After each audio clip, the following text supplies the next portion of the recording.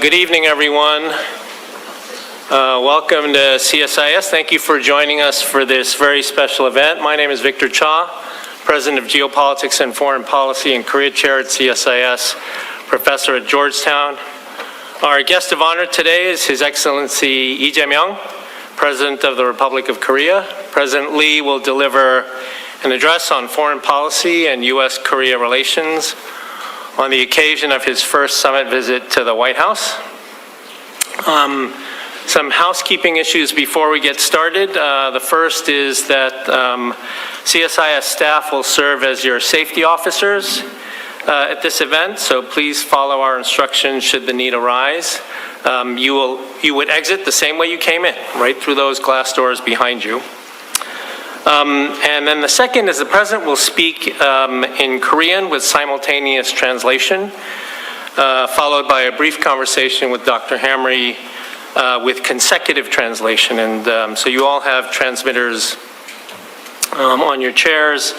It's channel 2 for English and channel 10 for Korean. And at the end of the event, we will ask you all to please remain seated until the President has exited the room.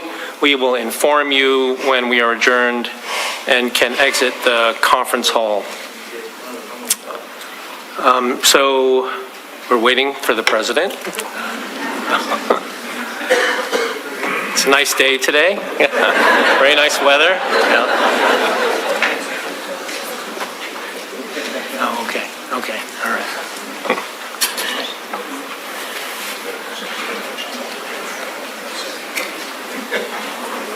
They told me he's coming in 3 minutes. This is going to be the longest 3 minutes of my life.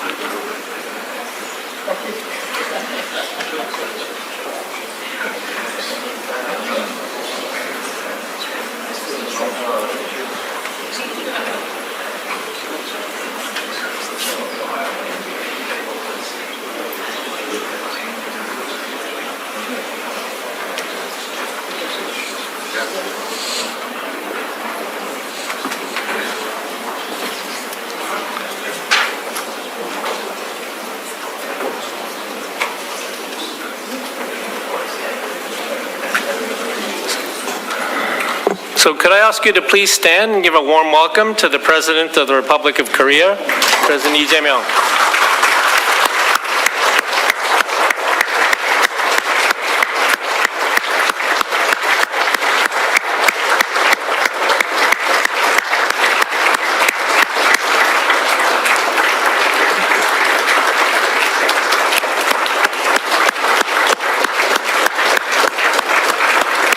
Let me now, please be seated.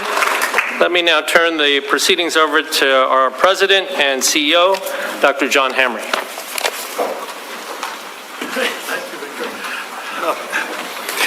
Well, let me just say a hearty welcome to all of you. And let me say how surprised I am. I mean, when we heard the President was coming the last week of August, I thought, we'll never get anybody to show up, and here we've got an absolutely a full house.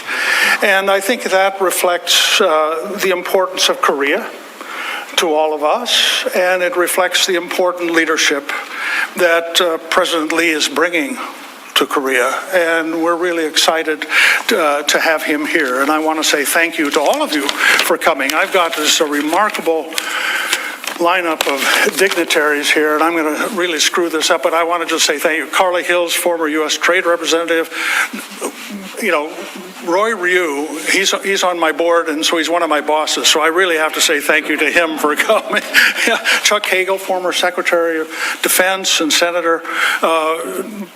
Bill Cohen, Secretary of Defense and former Senator. Chris Dodd, former Senator. Rob Portman, former senator, U.S. Trade Representative. We're so grateful to have you here. He flew in from Ohio, and he's flying back tonight to be here, so we're really delighted. Jim Jones, who is the former SACIR National Security Advisor and Commandant of the Marine Corps. Jim Clapper, National Security Advisor, National Intelligence Director. Kurt Campbell, who is the Deputy Secretary of State. Allison Hooker, thank you for joining us, Undersecretary at Policy at the State Department. Mark Lippert and Sung Kim, who are both ambassadors, and I think also, where is... Thank you very much for coming, Kathy. Kathy Stevens is also here. So just want to say thank you to all of you for honoring us and honoring the president by being here today.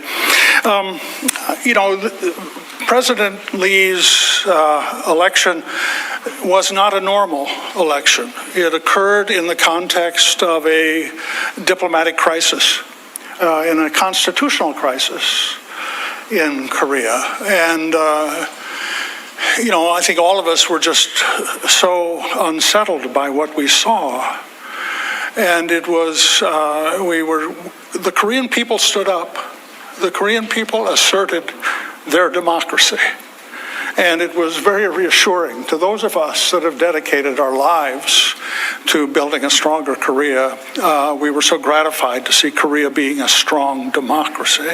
And then in a few months, they elected President Lee. And it was because you're bringing that new direction for Korea, President Lee, and we want to say thank you to that.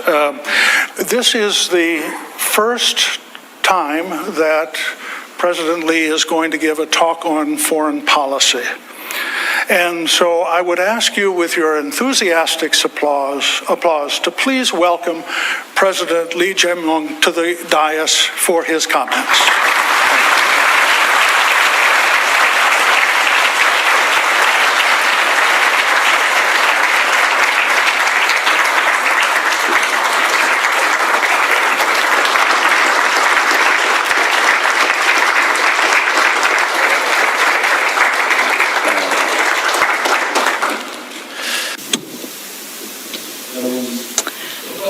I understand that it is vacation time, but nevertheless, there is a lot of people here. Thank you so much. Before I read the prepared script, well, as it was just mentioned by Dr. John Hamre, it is true that the Republic of Korea experienced a crisis, and probably the entire world was alarmed, because in a country like Republic of Korea, a coup, a martial law, and then again you were probably surprised that such a political crisis was overcome through the peaceful actions of the people, and the recovery of the democracy of Korea probably surprised the world. As many people know, the Republic of Korea is the only country among those liberated from colonial rule that has achieved democracy and industrialization at the same time. We were able to achieve rapid growth within a very short period of time. And probably the Korean people can be felt like the heroes and heroines of a storybook. But aside from the traditional religion of Korea, we have Christianism and Buddhism and many different religions, but we do not have religious conflicts. We have harmony among diversity, and we have been able to showcase a new type of culture to the world. Korea has established itself as a cultural powerhouse, but I do believe that it will also be soon known. It is my expectation and hope that it will be known as a model case of democracy. Well, in the textbooks, we have learned about democracy and that how it has stemmed from Athens of Greece. But if you look in the reality, well, in in 2024 winter, perhaps that might be recalled as the origin of democracy. You might know that there is an animation, K-pop Demon Hunters. And if you watch that, you might have caught a glimpse of what a country, the Republic of Korea, is. But if you look at the culture of Korea, well, I think that democracy, is the ultimate form of culture and arts. Because the entire world, well, at a time when there is confrontation and conflict and far right and many difficulties and challenges, but nevertheless, the Republic of Korea was able to overcome a chaotic situation, self-coup. But the protesters were enjoying themselves, singing, and also without shedding a single drop of blood, we were able to overcome that crisis. And I do believe that that is a model case of democracy. So please keep your eye on the new Republic of Korea. And let me now go into my prepared script. Honorable Dr. John Henry, President of the Center for Strategic and International Studies, distinguished guests, ladies and gentlemen, thank you so much for joining us despite it being vacation time. It is a pleasure to meet you. At a time when the global landscape and regional security conditions remain challenging, CSIS, a leading think tank in Washington, D.C., which has long maintained a special focus on the alliance between the Republic of Korea and the United States, has graciously organized today's event, and I would like to express my deepest gratitude to CSIS. The Republic of Korea, as I mentioned before, is unique among nations liberated from colonial rule, having achieved both industrialization and democratization at the same time. It is a global leader of cutting-edge technology that is poised to reshape the future of humanity, and a cultural powerhouse that is rewriting the standards of creative industries with content that moves and delights audiences around the world. At the heart of our shining achievements lies the determination and talent of the Korean people who have turned crisis into opportunities at every critical juncture in history. However, without the contribution of the U.S. and the international community, Korea would not be where it is today. In the process of rapid economic growth, also known as a miracle on the Han River, and the fight for democratization against a brutal dictatorship, the support and cooperation from the U.S. have always been a great help to Korea. The solidarity between Korea and the U.S., which has endured for over 70 years, proved its strength as we overcame a military self-coup attempt on December 3rd of last year. The power to suppress the armed coup forces without shedding a single drop of blood came from the Korean people who participated in peaceful protests, demonstrating to the world vivid vibrancy of K-democracy. Yet, it is also thanks to all of you leaders in the American political and social circles who have expressed unwavering trust, solidarity, and support for our efforts to restore democracy. The new government was elected by the people who cherish freedom and democracy. And we are ready to further strengthen the alliance we have with the ROK, between the ROK and the U.S. As a member of the liberal democratic community, Korea has benefited from growth and development, and it stands ready to shoulder its responsibilities in return. Korea's democracy and the ROK-US alliance have endured numerous challenges, and we are faced with a turbulent international situation and new daunting challenges. Immediately after the June 3rd presidential election in Korea, CSIS released a report titled South Korea's New President Frying Pan to Fire. And the title of this report speaks volumes about the grave reality facing my country. Today's challenges are numerous and complicated, including North Korea's continued nuclear and missile development and military cooperation with Russia, the serious security environment surrounding Ukraine and the Middle East, and global supply chain issues concerning energy and critical minerals. To address these unprecedented challenges, wisdom to turn crisis into opportunities and build a foundation for a new development is more urgent than ever. Against this backdrop, I believe that the best approach we need is about responding to quickly changing global affairs with strategic insight and flexible thinking, which can be called as pragmatic diplomacy centered on national interests. And the backdrop and the backbone of pragmatic diplomacy centered on national interests is the ROK-US alliance, which has played a pivotal role for peace and prosperity. Our two countries have fought side by side on many battlefields to defend peace and prosperity.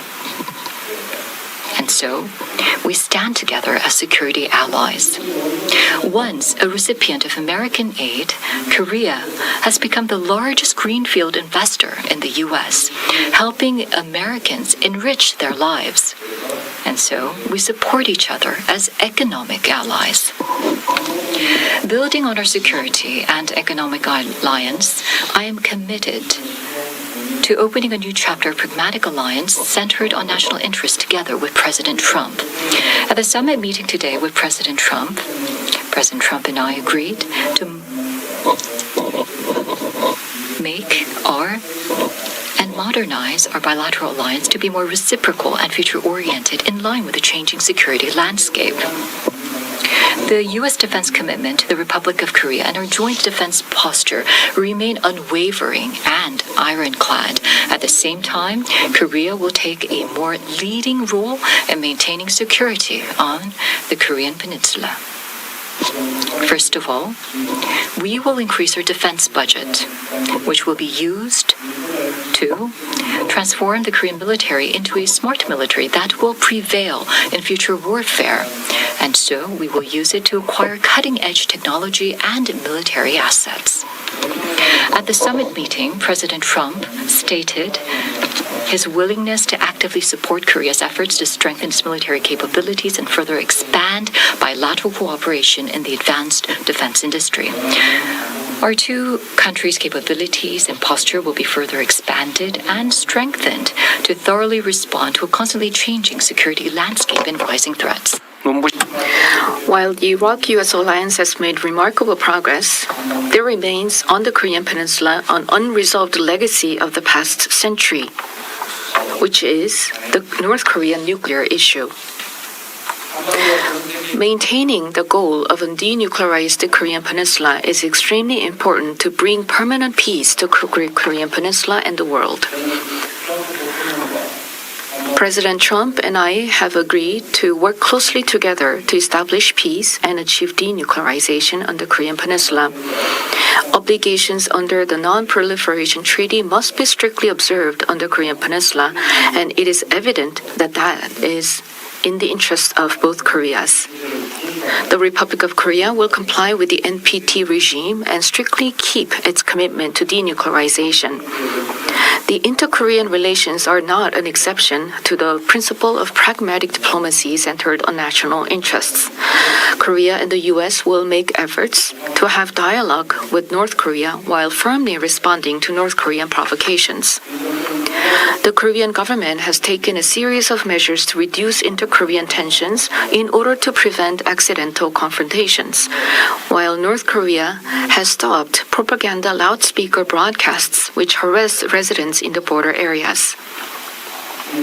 Those residents who were not able to sleep at night, even with the help of sleeping pills, have expressed gratitude to my administration, saying that they can at last enjoy a good night's sleep. I am confident that inter-Korean relations based on reconciliation and cooperation will benefit the Korean Peninsula as well as the U.S. When a path for denuclearization, peace, and coexistence is finally open on the Korean Peninsula, the ROK-US alliance will be upgraded in a global context. The approximately 200,000 Americans and 28,500 U.S. troops in Korea will be safer, and people in our two countries will lead more prosperous lives. Distinguished guests, ladies and gentlemen, in an era where national security significantly impacts the quality of people's lives and the future of a nation, security and economics cannot be thought about separately. Today, President Trump and I agreed to cooperate closely to ensure that our alliance will make our people's lives more prosperous. The tariff deal that our two countries have made will serve as a stepping stone to strengthen advanced technology cooperation between our two countries. The K shipbuilding industry, equipped with the world's strongest capabilities, will bring about a renaissance of the U.S. shipbuilding industry and create a new historic turning point for mutual prosperity. Korea and the U.S. will boldly take on the challenge of our times, where security and economics converge through advanced technology alliance. A future where different countries cooperate and achieve mutually beneficial growth. Does it sound like a dreamy, rosy future? It is a dream that can come true because our people, the strongest foundation of our alliance, are realizing this ideal. Despite the vast distances across land and sea between the two countries, nearly 3 million Koreans and Americans are visiting each other's country annually, expanding exchanges and deepening friendships. Hollywood movies and rock and jazz music have long been loved by young Koreans. Now, young people in Korea and the U.S. feel a strong connection as they listen to the soundtracks of K-pop Demon Hunters, which is streamed globally on Netflix. Just as hamburgers and pizza are no longer solely American, kimbap and ramen are no longer exclusive to Korea. A video featuring a Korean-American girl in a New York City elementary school making kimbap for lunch went viral on social media. A popular Korean hamburger franchise opened its first store in the U.S., home to the hamburger, drawing large crowds. Indeed, we are witnessing a new chapter in the history of the ROK-US alliance, where our people share a heart of trust and make each other's lives more prosperous. And another partner who cannot be left out in this new chapter is Japan. Before I came to the US, I visited Japan first, a next-door neighbor sharing the same yard. I recall that President Trump has emphasized the importance of trilateral cooperation among Korea, the U.S., and Japan since his first term in office. Together with President Trump, I will further strengthen trilateral cooperation based on the ironclad ROK-US alliance. The three countries will respond jointly to North Korean nuclear and missile threats and step up efforts to achieve peace and prosperity in the Indo-Pacific region and the world. Distinguished guests, ladies and gentlemen, our great alliance was forged amidst trenches and gunfire on the battlefield, but over the past 70 years, it has transformed into an alliance that covers a wide range of areas including shipbuilding, AI, semiconductors, quantum technology, and nuclear energy. And even at this moment, the alliance is authoring a new chapter of history. A future-oriented, comprehensive strategic alliance is firmly rooted in the three pillars of security, economy, and advanced technology. And this ironclad alliance, founded on pragmatism and national interests for our people, will shine brightly. The golden era of the ROK-US alliance has yet to come, not because we lack in something, but because we have unlimited potential to realize. Together, we can achieve even greater things. For our glorious moments to come, 같이 갑시다. Thank you.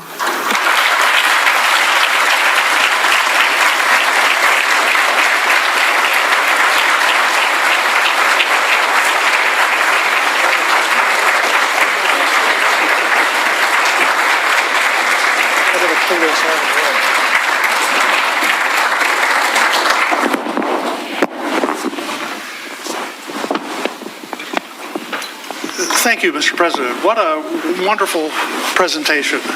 We're really grateful that you gave us the time. Like everybody in this room, I'm going to ask the question they want to ask, which is, how did it go? I mean, you had this private meeting with the president. He's a different kind of a president. How did it go?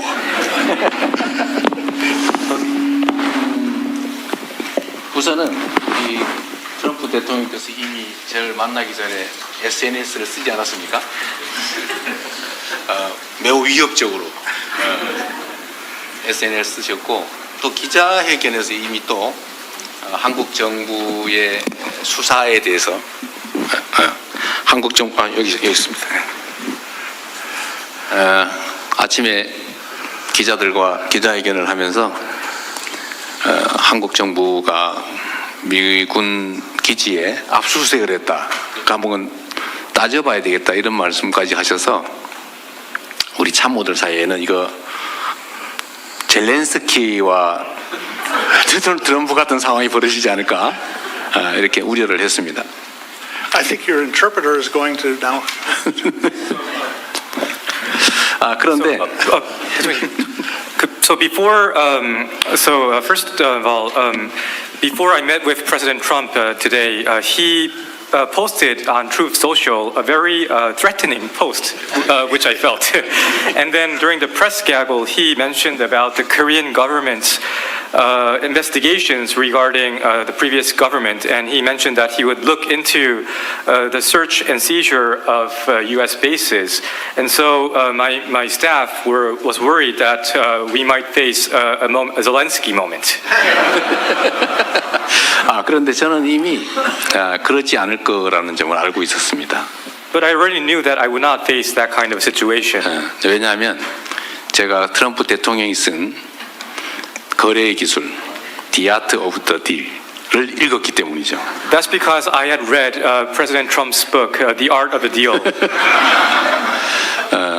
이분이 협상의 하나의 기술로 상대가 감내하기 어려운 조건을 던지긴 하지만 최종적으로 불합리한 결론에 이르게 하지는 않는다라는 게 본인이 이미 써놓은 내용에 있고 이미 그 이전 여러 협상에서 그런 모습을 보여줬기 때문에 한국과 미국 간의 이 한미동맹은 매우 중요해서 거기에 큰 상처를 내는 그런 일은 벌어지지 않을 거라고 제가 확신했습니다.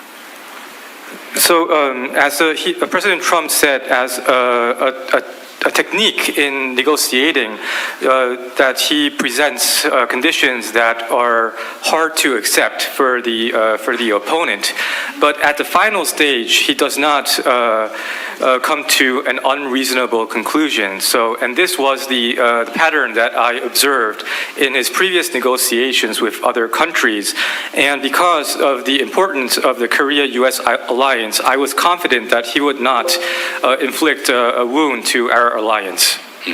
그리고 실제로 이제 우리 회의나 또는 이제 식사 시간의 얘기는 매우 진지하게 협력적으로 이루어졌고 우리가 기대했던 것보다 훨씬 더 많은 것들에 대해서 대화되고 또 양해하고 또 격려를 받았기 때문에 예정된 시간보다 훨씬 더 많은 시간을 결국은 대화하게 됐고 그래서 이 모든 행사 수년이 돼서 여러분과의 이 모임도 늦어지게 된 것입니다. As for the actual summit meeting and our luncheon meeting, we had very good conversations, and I would like to say that my meeting with President Trump was beyond my expectations. So we had very good conversations. We increased our understanding, and I received a lot of encouragement from President Trump. And so our meeting surpassed the planned time, which was why this event was also a bit delayed.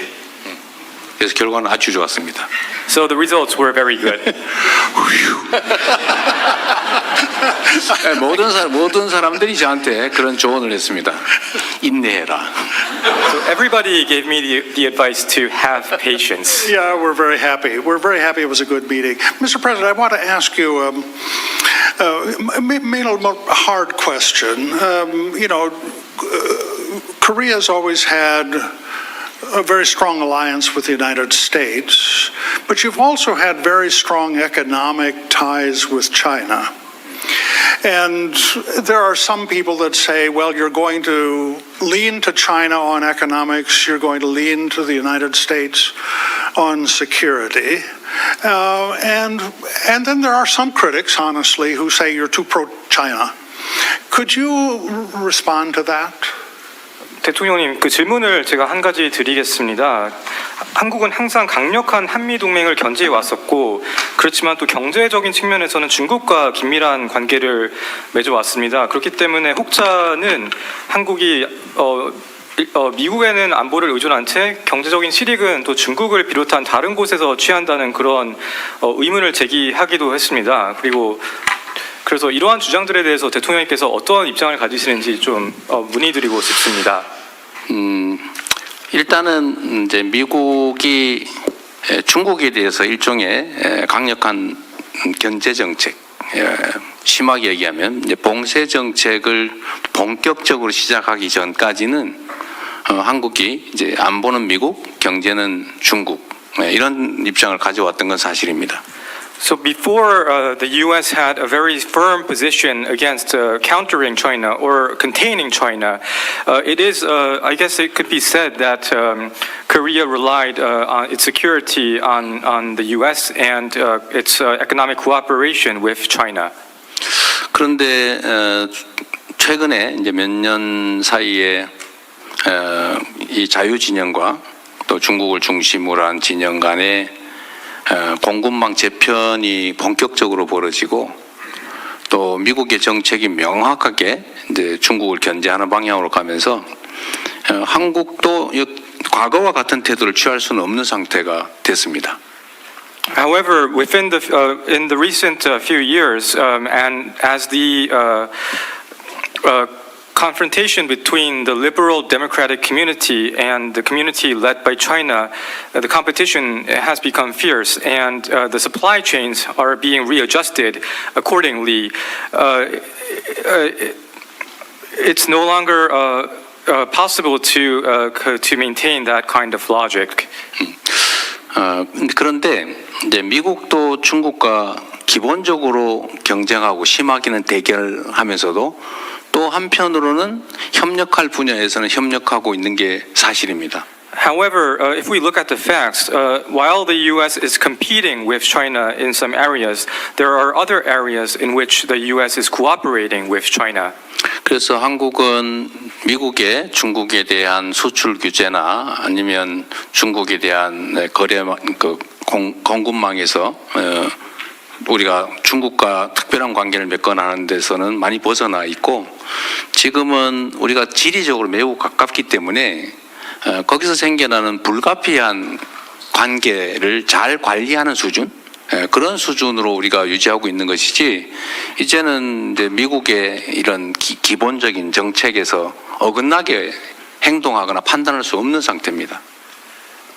So Korea is currently kind of a distance from America's export controls and supply chain controls regarding China. But because we are geographically very closely located to China, we are maintaining our relationship with China. Yes, and that is, yes, we are maintaining our relationship with China.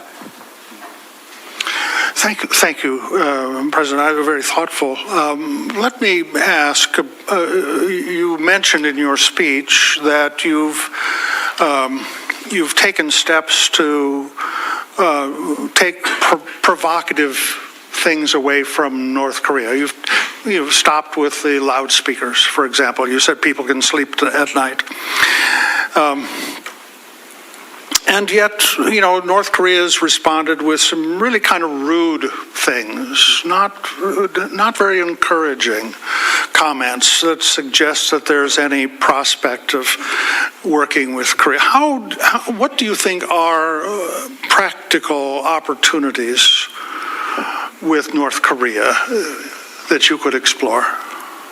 대통령님께서 최근에 그 북한에 대해서 도발적인 행동을 자제하는 그런 조치들을 취해 오신 것으로 알고 있습니다. 예를 들어서 접경 지역에서의 확성기를 제거를 하셨고 그거에 대해서 주민들이 드디어 그 편안한 잠을 잘 수 있다는 얘기도 한 걸로 알고 있습니다. 그럼에도 불구하고 북한의 반응이 좀 거칠었고 호의적이지만은 않았습니다. 그래서 이러한 상황을 타개하기 위해서 대통령께서 어떠한 방도가 있으신지를 문의드리고 싶습니다.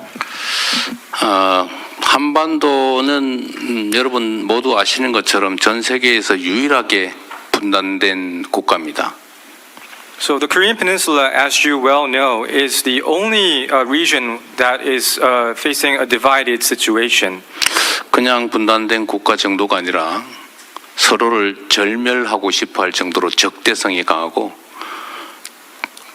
엄청난 규모의 군대, 그다음에 엄청난 무기들이 직접 부딪히는 세계에서 군사 밀도가 가장 높은 나라죠. And it's not just a simple division, but it is a very antagonistic division where both sides aim to get rid of the opposite side, and both sides are maintaining large armies and have great weaponry, and the density in terms of military strength is very concentrated. 그래서 북한을 억제하기 위해서 엄청난 제재를 가했지만 결과는 끊임없이 핵무기를 개발하고 미사일도 개발해서 이제는 재진입 기술 마지막 단계만 남겨놓고 핵폭탄을 싣고 미국까지 날아올 수 있는 ICBM이 거의 개발되어 있는, 그리고 매년 약 10개에서 20개 정도의 핵폭탄을 만들 수 있는 역량을 계속 키우고 있는 그런 상태가 됐습니다. And in response to North Korea, we have made efforts to deter North Korea and apply sanctions, but the result has been North Korea's continued development of its nuclear and missile programs. And now North Korea is close to completing this program. They are at the final stages of developing ICBMs, which can target faraway distances, and they are accumulating 10 to 20 They are able to produce 10 to 20 nuclear weapons per year. 이미 22년보다 지금 이제 3년 사이에 핵폭탄 보유 숫자가 이제 2.5배로 늘어났다. 그리고 핵물질 생산 능력은 엄청나게 늘어났다라는 게 이제 객관적인 사실이죠. For the past 3 to 4 years, the hard facts are that the number of nuclear weapons that North Korea possesses has increased 2.5 times during the past 3 to 4 years, and their ability to produce fissile material has increased tremendously. 그래서 우리 한국 입장에서는 강력한 방위력은 보유하고 끊임없이 무기 체계 장비를 개발해서 군사적으로 압도하고는 있지만 이 재래식 무기에 있어서는 우리가 압도적으로 앞서더라도 이 소위 핵무기에서는 우리가 전혀 갖고 있지를 못하기 때문에 그야말로 엄청난 재래식 무기, 그다음 그들의 핵무기, 이게 공포의 균형을 이루고 있는 상태가 됐죠. 그리고 점점 더 악화되고 있습니다. So from the perspective of Korea, we are increasing our defense capabilities by developing overwhelming conventional weapons. So although we are way in advance of North Korea in terms of our conventional weapons capability, we do not have nuclear weapons, and therefore there is a balance of fear between on the Korean Peninsula, but the situation is deteriorating. 그래서 강력하게 제압은 하되 상황이 더 악화되지 않게 하기 위한 구체적 노력도 좀 필요하다는 게 저희 생각이고, 그러기 위해서는 더 이상 생산하지 않는, 더 이상 확산되지 않게 하는 다른 나라로 미사일 ICBM 개발도 이 상태에서 멈춰서 미국의 현실적 위협이 되지 않게 하는 이런 현실적 방법을 찾아야 된다는 게 저희 생각입니다. So my belief is that we should find a realistic way to stop North Korea from producing more and from proliferating and stopping their development of ICBMs so that it cannot become a threat to North Korea. So we have to maintain a strong deterrence against North Korea, but we have to make efforts so that the situation does not become worse. 가난하지만 사나운 이웃은 그냥 억압한다고만 모든 게 해결되지는 않고 필요하면 적절하게 관리할 수단도 필요하지 않을까, 그게 훨씬 더 안전하지 않을까 하는 생각을 하는 겁니다. So we cannot solve the problem by simply suppressing North Korea. We also have to have the wisdom of managing the situation if it is necessary to do so. I think that's entirely right, Mr. President. I also think it's very important to emphasize deterrence and for Korea to trust America with its pledge of extended deterrence, because that becomes a foundation for this. 대통령님 말씀에 전적으로 공감합니다. 그리고 그 확장 억제의 중요성이 매우 중요성을 강조하고자 합니다. Mr. President, your schedulers have told me I have to end by 7 o'clock, but I do want to ask one last question. You were elected after a tragedy with the declaration of martial law, and you became the president of a very divided country. Now, we're a very divided country, so we don't hold out a model. But what can you do to have become the president of all Koreans? 대통령님, 제가 그 7시까지 꼭 끝내야 된다는 얘기를 들었지만 이 소중한 기회여서 대통령님께 마지막으로 한 가지 질문만 더 드리겠습니다. 대통령님께서는 계엄이라는 비극을 딛고서 당선이 되셨습니다. 그렇기 때문에 그 한국은 지금 매우 분열된 상태이고 분열된 국가의 지도자이십니다. 그렇지만 미국도 마찬가지로 매우 분열된 상황입니다. 그래서 대통령님께 제가 드리고 싶은 질문은 그 모든 한국인의 대통령이 되기 위해서 어떠한 노력을 하실지 여쭙고 싶습니다. 제가 여러분들한테 하나 이제 보여드리고 싶은 게 있습니다. There's something that I want to show to you. 수만 명 또는 수십만 명, 심하게는 100만 명, 이 엄청난 숫자의 시민들이 모여서 정치적 주장을 하고 저항을 하는데 불 지르는 사람도 없고 무언가 부서지지도 않고 누군가 폭행당하지도 않는 그런 유형의 이 정치적 행위가 벌어지는 곳이 바로 대한민국입니다.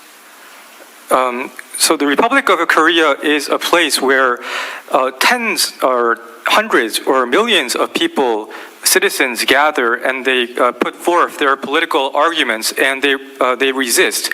But all of this takes place peacefully, without violence, without people lighting fires and without people vandalizing goods. And so this is the political situation, the strength of Korea. 그리고 아까도 말씀드렸지만 현실 정치 권력을 피 한 방울 흘리지 않고 사람들의 아름다운 율동, 노래 이런 걸로 끌어내리는, 그것도 8년 만에 2번씩이나 그런 나라는 전 세계에 사례가 없습니다. And the Korean people, they resisted a living power without shedding blood, and they were able to remove a leader through singing songs and dancing dances, and this happened twice over the last 8 years. And there is no other country that did this besides Korea.